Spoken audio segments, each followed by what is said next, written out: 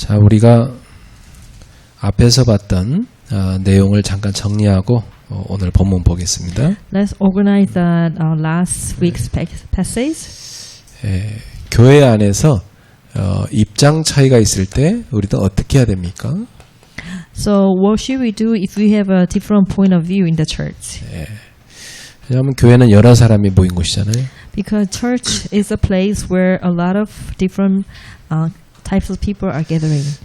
성경은 믿음이 강한 자가 연약한 사람을 용납하라고 하십니다. So the Bible says those who are strong in faith should welcome those who are weak in faith and bear their weaknesses.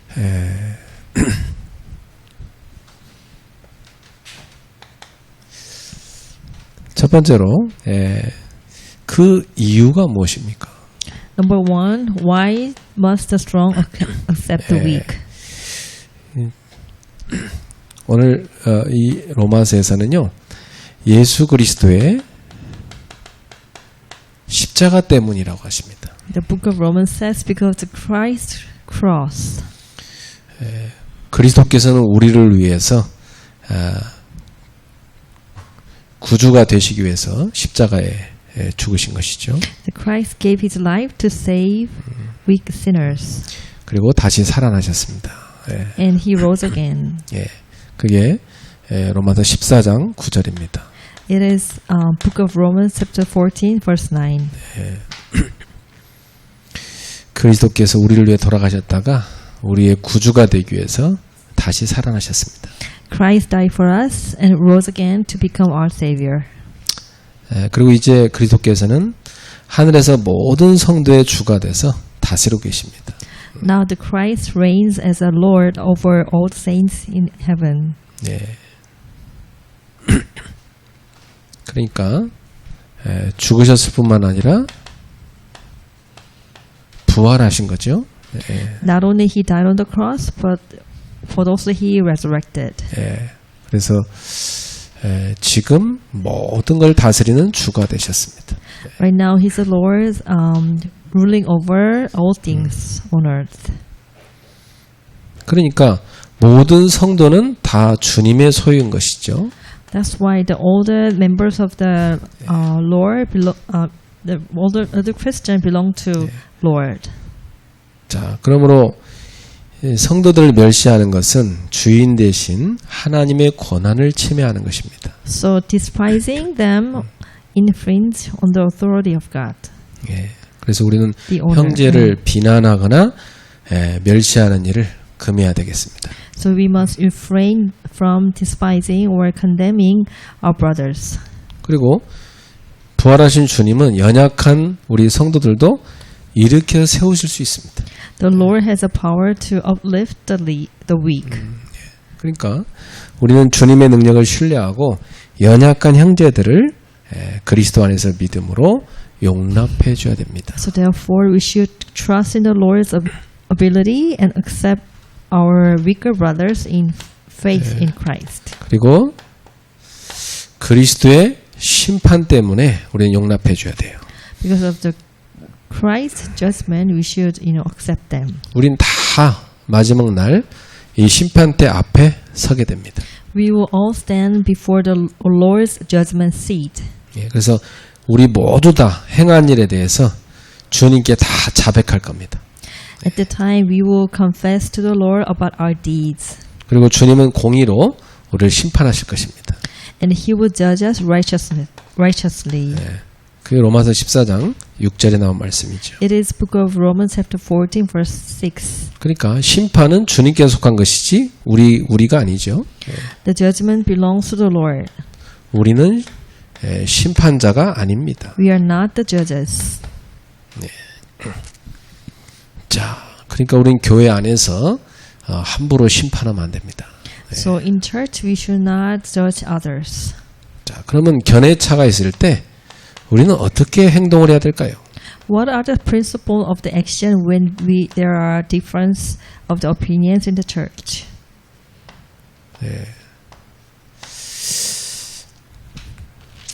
자, 교회는 이 다양한 사람들이 모인 곳 아닙니까? The church is always a gathering of diverse people. 그 언제든지 의견 충돌이 일어날 수 있어요. So which means that there is always the potential of a conflict. 그러므로 우리가 한 마음으로 그 갈등을 잘 해결해야 됩니다. So we must rise above all conflicts and strive to be one 그 어떻게 하면 한 마음이 될 수 있을까요? of one heart. How can we achieve this unity? 첫 번째, 본질적인 문제에 대해서는 하나가 돼야 됩니다. Number one, we must be one on essential issues. 여러분이 매주 이렇게 사도신경으로 신앙 고백하고 있죠. You know, like every week that you're confessing Apostles' Creed. 뭐 여러분이 하나님에 대해서, 그리스도에 대해서, 성령, 교회, 부활, 영생 이런 것은 부인하면 안 되죠. So, for example, if we should not deny that, like essential prince in the Apostles' Creed, like God, Christ, the Holy Spirit, the Church, resurrection, and eternal life. 이것을 만약에 파괴하려고 하면 교회는 목숨을 걸고 싸우고 기독교 진리를 사수해야 됩니다. So if someone wants to destroy those essential value in the church, we should fight over them. 그러나 기독교의 본질과 상관없는 사소한 문제는 어떻게 해야 되죠? But what if like for non-essential issue which are not related to the essence of the Christianity? 이 로마서에 나온 얘기가 뭐예요? 음식 문제 또는 뭐 날, 절기 이런 문제죠. Such as food or observing days. 이런 문제는요. 본질적인 건 아니잖아요. So those issues are not essential issues related with the Christianity. 이런 경우는 두 가지 생각을 꼭 해야 됩니다. So we can resolve these according to the following principle. Two kinds of principles. 로마서 14장 23절에 보면 본인의 신앙 양심에 맡기라고 그랬어요. Number one, chapter 14, verse 23. Each person should act according to their own conscience. 그리고 로마서 14장 15절에 보면 사랑으로 하라고 그랬습니다. So, and number two, that Romans chapter 14, verse 15, we must act in love. 자기 주장이 맞다고 해도 다른 형제에게 자기 입장을 강요하면 안 되죠. Even if we believe our position is correct, we should not impose our views on our brothers. 근데 오늘날 이제 한국 교회를 보면요, 안타깝게도 본질적인 것은 그냥 막 대충 하고 뭐 사소한 문제는 막 맨날 싸우고 그럽니다. Nowadays, like Marjan Church, maybe in Korea, maybe they have problems with making troubles. Not the essential value in the church, but the non-essential values. 싸우는 교회가 많아요. But there are many churches who are fighting with each other. 뭐 우리 성도들은 그런 사람 없습니다만은 그 어떤 그 장로는요 맨날 싸우기 위해서 교회 가는 사람도 있어요. So we don't have like such elders in the church, but there are some elders in the church who wants to go to church because they have a tendency of fighting. 그 얼마 전에 교회가 쪼개진데 그 제 친구 목사가 그러는데 너무 괴롭히는 장로 한 명 때문에 나간다고 하더라고요. Oh, there was one church just recently separated into two. The pastor, who is my friend, told me that he could not bear the one elder who is continuously making conflict in the church. 교회는 목사 것도 아니고 장로 것도 아니고 주님의 거죠. You know, like church is belong to not to the pastor but to an elder, but it is belong to Lord Jesus Christ. 오늘 본문에 바울은 로마 교회를 성숙한 교회가 되라고 칭찬하면서 당부하고 있는 걸 볼 수 있어요. But in today's passage, that Paul is praising a Roman church and calling Roman church as a mature church. 저희 로마 교회를 향한 바울의 칭찬을 보면서 우리도 이런 칭찬받는 교회가 돼야 되겠습니다. Let's look at how Paul is praising Roman church so that we can follow the good points of the Roman church. 오늘 로마서 15장 14절입니다. So verse 14, chapter 15 of the book of Romans. 내 형제들아 너희가 스스로 선함이 가득하고 모든 지식이 차서 등이 서로 권하는 자임을 나도 확신하노라.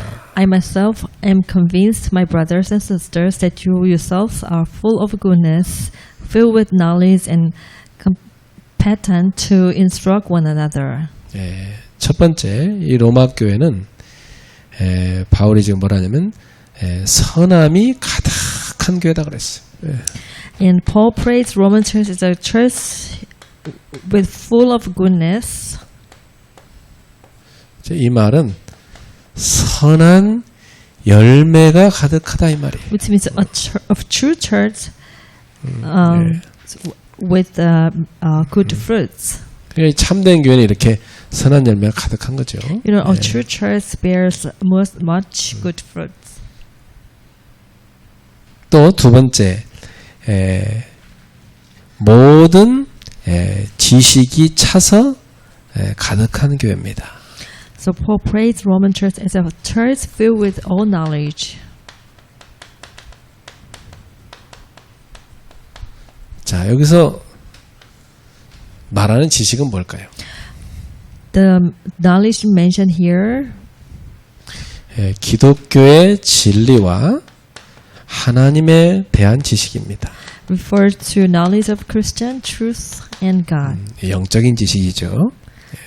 So this is a knowledge of the spiritual reality. 그래서 참된 교회는 이 진리에 대한 지식이 많아서요. 이단이나 이 잘못된 것에 미혹되지 않는 교회입니다. A church has a deep understanding of the truth, and a true church has a deep understanding of the truth, and is not swayed by heresies. 이게 약한 교회들은요, 그 이단한테 금방 속아요. If the church has is not stable with the truth, then it is easily swayed by the heresies. 그리고 세 번째, 능히 서로 권할 수 있는 교회라 그랬어요. Thirdly, a church capable of instructing one another. 이게 뭐냐면 서로 참된 교회는 서로 사랑의 격려를 할 수 있는 교회입니다. So which means a true church as a mature church that encourage one another in love. 그렇죠. 교인들끼리 교회 안에서 서로 이렇게 사랑의 격려를 할 수 있어야 돼요. You know, like in the side of the church member can encourage one another in love. 그렇죠. 그 서로 이렇게 괭이에 세워줄 수 있어야 돼요. So that we can build one another up. 근데 이게 뭐 그 잘못된 교회는 뭐면요, 교회 안에서 막 서로 막 비난합니다. You know, like some unhealthy churches, it's like kind of try to condemn with each other. 막 헐뜯어갖고 상대편을 막 넘어뜨리려고 그래. Try to despising them each other so that the church member might fall down. 그건요, 절대 성령의 역사 아니죠. So those are not the act of the Holy Spirit. 저는 교회가 싸움 나는 거 본 적이 있거든요. 야, 정말 세상 사람보다 더 잔인해요. I watched one day, a long time ago, that in church in a big fight. 그 안수 집사님이 목사님을 막 멱살을 잡아서 끌고 내려오더라고. And I watched that this senior deacon try to grab hold of that the pastor from the pulpit and bring him down. 그 목사님이 안수해준 임명한 안수 집사님이거든요. Like even if that senior deacon was appointed by the pastor himself. 제가 대학생 때 그걸 봤는데요, 참 마음이 아프더라고. I saw that scene when I was in college. I was hurt. 그 안수 집사 아들을 만났는데 아들은 안 그렇더라고요. But I have a chance to meet that son of the senior deacon, but the son was not like him. 참 근데 그 아버지 본받을까봐 참 걱정되더라고. 네. But I was kind of worried that if the son could follow the act of the father. 자, 여러분 교회 안에서 나랑 견해가 다르다고 해서 그걸 비난하지 말고 본질적인 건 하나가 돼야 되지만 비본질적인 것은 용납할 수 있어야 된다. 그렇죠? You know, like inside of the church, we can have their different opinion, but we should have to know that the essence of the gospel, that we have to have one, but and then unnecessary points is not that much important. So we can. 그리고 서로가 부족한 게 보이면 이걸 비난할 게 아니라 내가 이걸 도와줘야 되겠다 이렇게 가야 되는 거예요.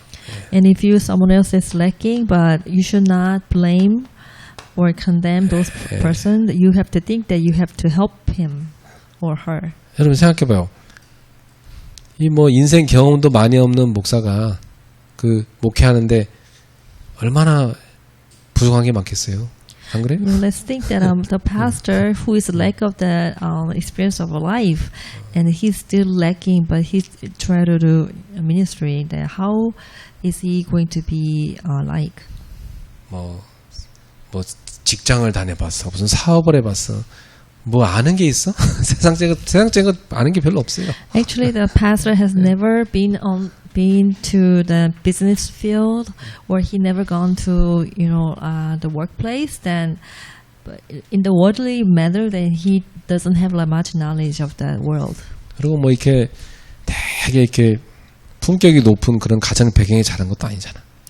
And usually, like, the pastor is not coming not from the noble family background. 보통 목사들 우리 신학교 가서 본 목사들 배경이요, 가정 배경이 다 상처투성이인 그런 집안 배경에 자란 사람이 많아요. And usually the pastors are coming out from the family who has a lot of scars. 그러니까 말도 실수할 수 있고 행동도 실수 나올 수밖에 없지. So the pastor has no choice but to make mistakes with the words or behavior. 어떻게 보면 그렇게 모자란 사람이야 돼야 모자란 사람들 이해를 해줄 수 있어요. So in other point of view, that because the pastor is himself is lacking, so he could see the people who are lacking. 너무 이게 부유하게만 자라고 귀하게만 자란 사람은요, 어려운 사람 이해 못해요. If you are well off from the beginning of your life, then if you are wealthy enough, then you have no chance to understand how poor person's situation is. 밥을 굶었다고 하면 뭐라 하냐면 밥을 해먹으면 되지 왜 굶었냐고 그럽니다. So if someone says, "Oh, I starved, I couldn't eat meal," then this maybe a wealthy person can say that why did you skip your meal? Why don't you cook for yourself? 그러니까 왜 어려운지를 이해를 못해. And that person could understand why those person in a 그래서 bad situation. 하나님이 이렇게 지도자로 쓰는 사람들은요, 저 바닥에서부터 이렇게 어려운 걸 다 경험을 시켜서 쓰시는 겁니다. If God wants to make you as a leader, then God wants you to experience from the bottom states. 그런 주제에 이제 뭐 공부도 잘한 사람들, 막 또 부잣집에 잘 사는 사람들, 뭐 인격도 높은 사람들, 이런 분들 모시고 목회를 하려니 얼마나 힘들겠냐고. Like the pastor or leaders is like that level, from the beginning, from the beginning of their hard time. But if that pastor wants to, serve the members from noble, family, or the well-off family, or if you're knowledgeable, 그러니까 person. 부족한 게 많은 것은 당연한 거다. But it's no choice but to have a lot of lacking points from a pastor's side. 그래서 이 부족한 인간을 도와주라고 많은 동역자들을 중직자로 세운 거 아닙니까? That's why God is attaching many lay leaders, because God wants them to help. This lacking the pastor or leader. 그래서 나도 목회하면서요. 맨날 그 연말 연시가 되면 원단 때 항상 얘기해요. 나 부성한 거 많은 사람이니까 제발 좀 내가 실수하면 상처받지 말라고 당부를 하잖아요, 제가.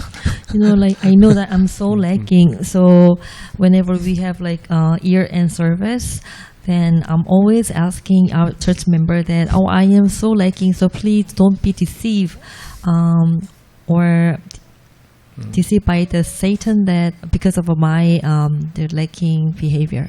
그래서 우리는 서로를 격려하고 서로를 세워주는 So 그런 what 헬퍼가 we 돼야 need to 돼요. do is we have to encourage with one another, and we have to lift one another up. 우리 옆 사람 인사합시다. 우리 서로를 도와줍시다. Let's greet each other. Let's help with each other. 그래야 돼요. 이 부족한 목회자를 여러분 도와줘야 돼요. 알았죠? So you have to know that your pastors are lacking. So please help me. 많은 걸 바라는 게 아니요. 여러분 맡은 것만이라도 잘 도와줘야 된다니까. Now I'm not asking you a lot of things. Just only the portion that you are responsible. 여러분 예배 끝나고 그냥 집에 딱 가잖아요, 여러분 그제? 예. So after worship service, everybody is leaving the 나는 place. 남아서요. 여러분이 아까 사발면 먹고 쏟아 버린 그 싱크대 가면 그 남은 거 비닐봉다 넣어서 갖다 다 내가 버려야 되고 여러분 선풍기 다 켜놓고 가잖아. 그 일일이 다 가서 끄고 그러고 가야 된다니까. You know, like after you all left from the sanctuary, then I have to take care of all the fans on, and then sometimes I have to take care of leftover food. 곳곳에 스위치 켜놓은 게 한두 개가 아니야. You know, like here and there, then the lights on, so I should turn it off. 그러니까 자기가 맡은 걸 제대로 해주는 게 도와주는 겁니다. You know, like if you're responsible for a certain area, then please be faithful. 자, 우리 칭찬받는 교회가 됩시다. Let's become the church member who is getting praise. 자, 두 번째. Number 이 two. 바울이 편지를 쓰게 된 이유가 나옵니다. What are the reasons for Paul writing this letter? 예, 우리 15절, 16절 읽어볼까요? Verse 15, 16, let's read together. 해보니까 그러나 내가 너희로 다시 생각나게 하려고 하나님께서 내게 주신 은혜로 말미암아 더욱 담대히 대략 너희에게 썼노니. Yet I have written to you quite boldly on some point to remind you them again. 그러니까 이 바울이 로마 교회에 편지를 쓴 이유는 그들이 알고 있던 것을 다시 생각나게 하려고. The reason for Paul writing the letter to Roman Church is that he wants them to remember again. 예, 이 로마 교회 성도들은 이미 복음에 대해서 듣고 잘 알고 있는 사람들이에요.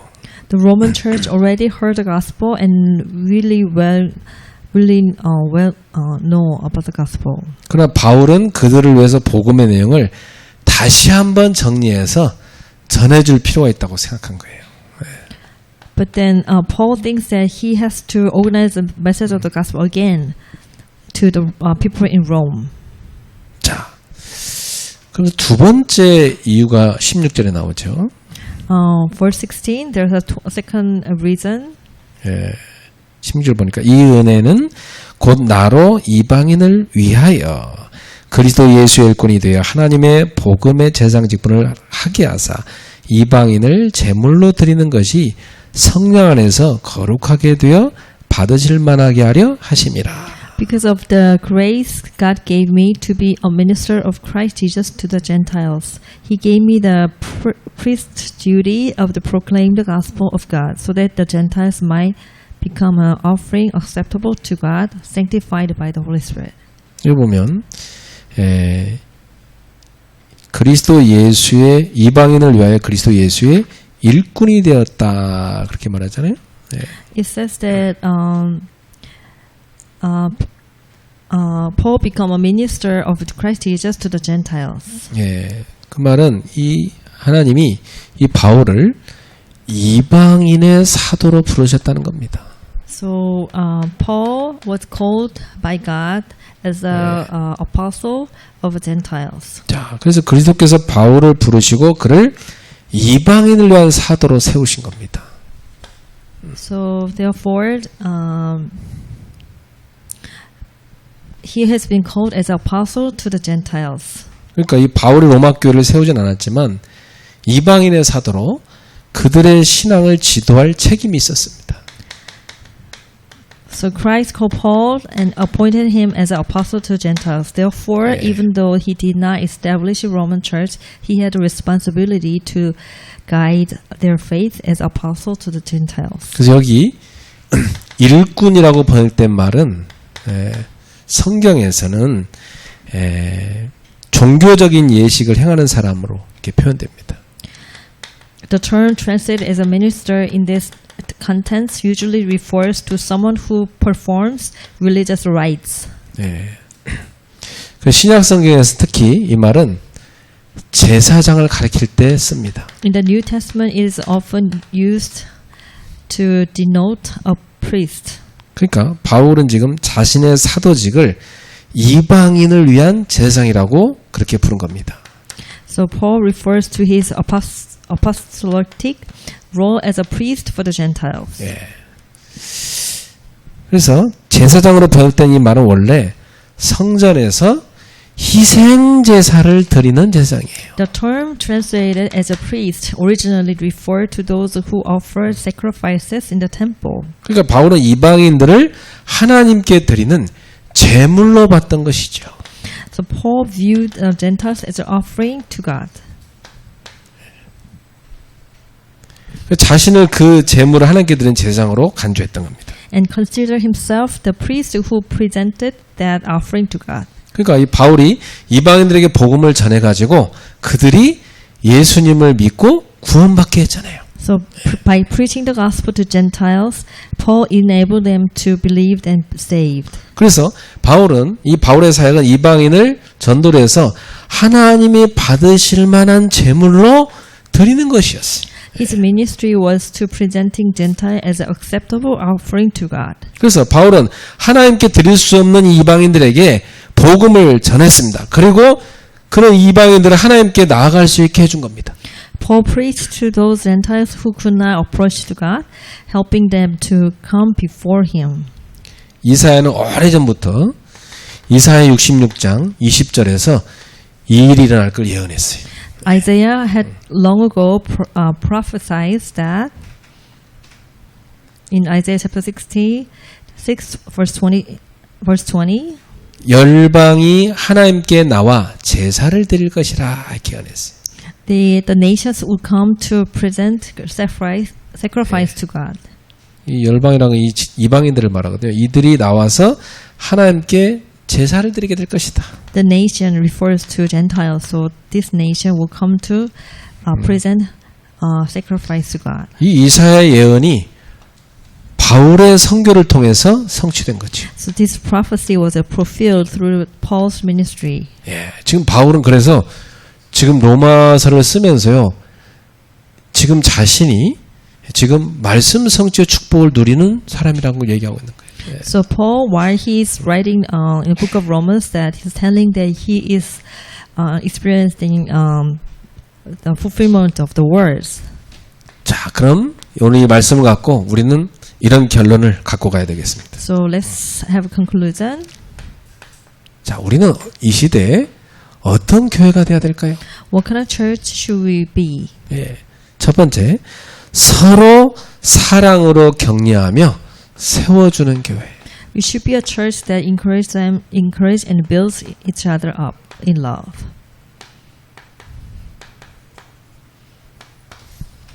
두 번째, 복음을 전파하는 교회. Number two, we should be a church that spreads the gospel.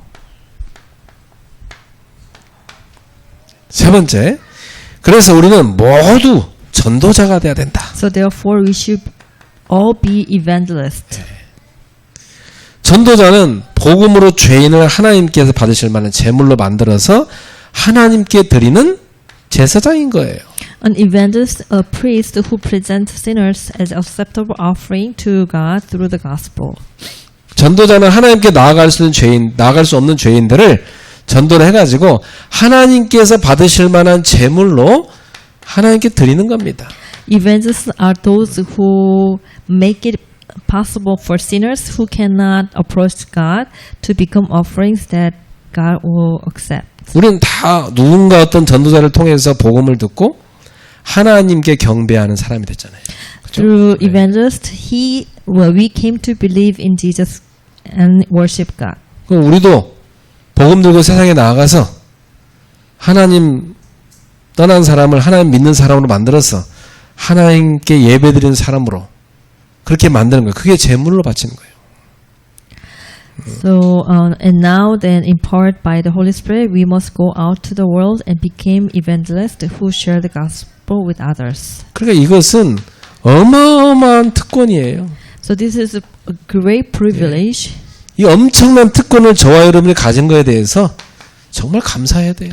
So this is a great privilege given to us, and we should be live as an evangelist with gratitude. 여러분, 복음 가진 전도자가 된 거 감사하십니까?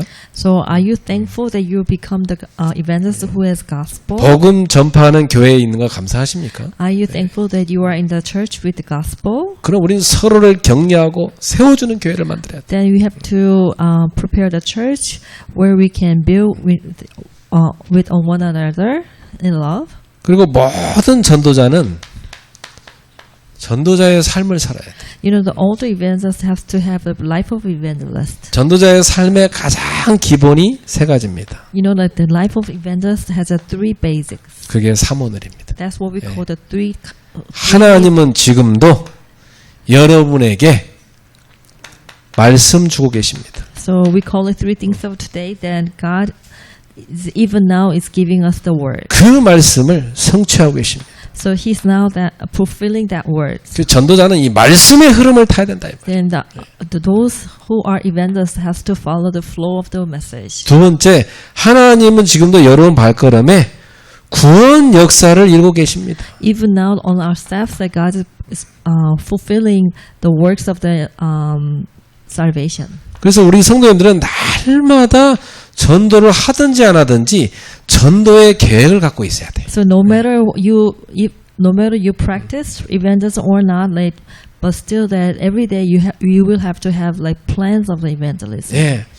그리고 하나님은 여러분의 기도에 지금도 응답하고 계십니다. You know, God is answering your prayers even now. 그러니까 우리는 늘 기도 속에 있어야 돼요. So that's why we have to be always in the midst of the prayers. 이 삼오늘이 여러분의 삶이 되길 바랍니다. So I would like to bless you that all these three things of today will become your own life. 그럼 여러분은요 굉장히 영적인 생명력을 누리게 되어 있어요. Then you will enjoy like this spiritual, power every day. 그리고 여러분 영적으로 성장합니다. Then you will be raising up in spirit. 그리고 힘이 생기기 때문에 여러분이 다른 사람을 수용할 수도 있고 또 도와줄 수도 있는 겁니다. So because you are in power, so that you can help with others and you can help others. 성숙한 그리스도인들이 돼서 성숙한 교회를 만들어야 돼요. Then you become a mature Christian, so that you and you build a mature church. 그렇게 될 줄 믿습니다. Then I'm blessing you. 기도합시다. Let us pray. 하나님 Dear 감사합니다. God, thank you. 오늘도 로마 교회처럼 성숙한 교회로 성장시켜 주시옵소서. Please raise us as a mature church like a Roman church. 하나님께 칭찬받는 교회가 되게 하옵소서. That our church is a church getting praise from God. 세계 복음화를 위해 쓰임 받는 교회 되게 하옵소서. Let our church become the church to be used for world evangelization. 모두 다 전도자의 삶을 살게 하옵소서. Let all the members have the life of an evangelist. 예수님의 이름으로 기도하옵나이다. In the name of Jesus Christ we pray. 아멘. Amen.